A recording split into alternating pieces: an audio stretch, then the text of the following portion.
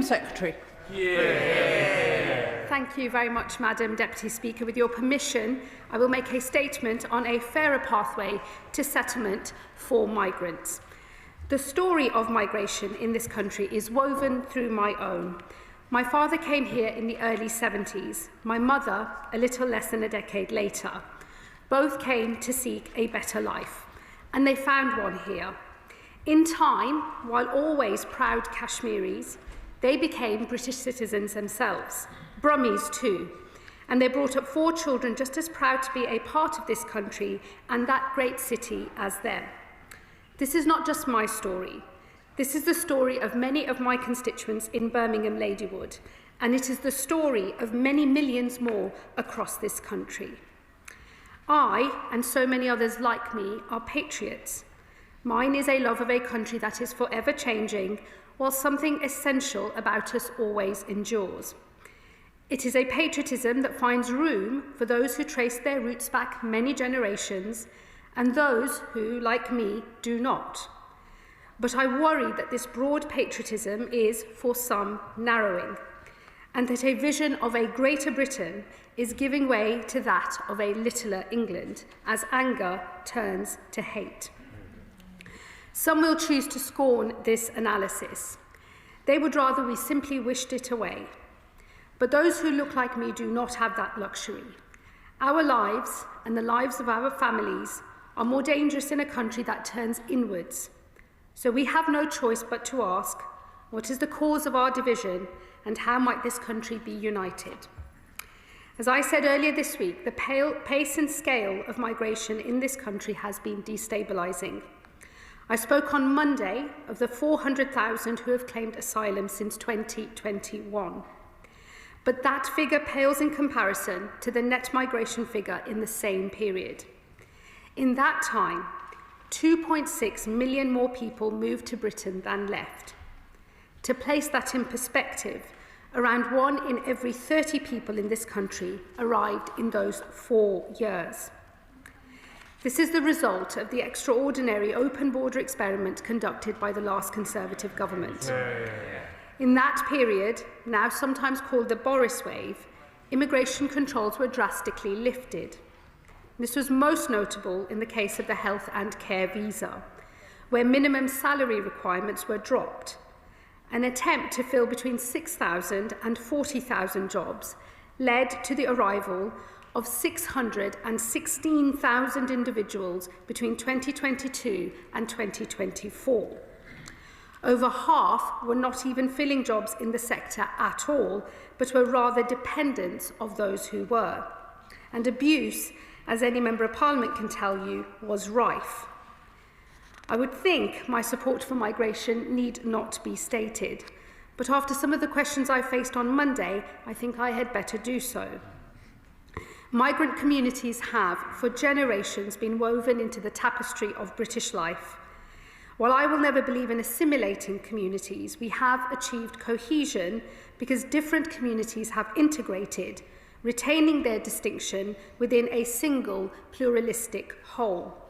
This makes demands of those already here to remain open to new arrivals, but more than that, it demands something of those arriving. To settle in this country forever is not a right, but a privilege, and it must be earned. Today, that is not the case.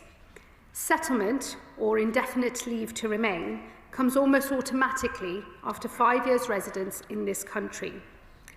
At that point, a migrant gains access to many of the rights of a British citizen, including to benefits.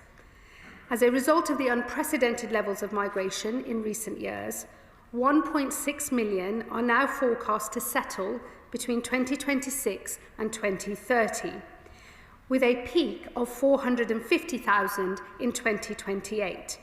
It's around 4 times higher than the recent average. That will now change. As this government announced in its immigration white paper, the starting point for settlement will move from 5 years to 10. To ensure this is earned, new criteria will be added, which will act as a disqualifying bar for those who do not meet them. Firstly, the applicant must have a clean criminal record. Secondly, they must speak English to A-level standard. Thirdly, they must have made sustained national insurance contributions. And finally, they must have no debt in this country. While these criteria set the bar that everyone must meet, there are a series of other tests that have today been published for consultation, and these either add or subtract from the 10-year qualifying period. To recognise the particular value to society they play, the government proposes the following. Those who speak English to a degree level standard could qualify for a 9-year path to settlement. Those paying the higher rate of tax could qualify at 5 years, while those on the top rate could qualify after 3, the same as those on global talent visas. Those who work in a public service, including doctors, teachers, nurses, would qualify after 5 years, while those who volunteer, subject to this consultation, could qualify at between 5 and 7 years. Not subject to consultation, the partners of British citizens will continue to qualify at 5 years as today. And this is also true of British nationals overseas from Hong Kong, who will qualify at 5 years in honour of our unique responsibilities to them. All grants under the Windrush and EU settlement schemes also remain unchanged. While some will be able to qualify for settlement earlier than 10 years, others will be forced to wait longer. Once again, these are subject to consultation, but the government proposes that those who have received benefits for less than 12 months would not qualify for settlement until 15 years after arrival. For those who have claimed benefits for more than 12 months, that would rise to 20 years. To encourage the use of legal routes into this country, those who arrive illegally could see settlement take up to 30 years. As has already been set out, refugees on core protection will qualify for settlement after 20 years, although those who move to a work and study visa could earn settlement earlier, and those arriving by a safe and legal route would earn settlement at 10 years. This consultation is open on some cohorts of special interest. This includes settlement rights for children, members of the armed forces, and victims of certain crimes. As well as considering the responsibilities that are expected of those who seek a permanent life in this country, the consultation also raises the question of the rights that will be provided. Specifically, it proposes that benefits might not be available to those who have settled status, reserving them instead for those who have earned British citizenship. Finally, this consultation addresses the question of the so-called Boris wave. Specifically, the cohort of lower qualified workers who entered the country along with their dependents through the health and care visa, some of whom are never expected to be net economic contributors. It is right that we apply more stringent controls for this group, and for that reason we propose they should wait 15 years before they can earn settlement. Crucially, for these and every other group mentioned here, we propose these changes apply to everyone in the country today who has not yet received indefinite leave to remain, though we are seeking views on whether there should be some transitional arrangements available. May I make one thing absolutely clear, though? We will not change the rules for those with settled status today. These are people who have been in our country for years, even decades. They have families here, wives, husbands, children. They've worked in our hospitals, taught in our schools, and have been contributing to our society for years.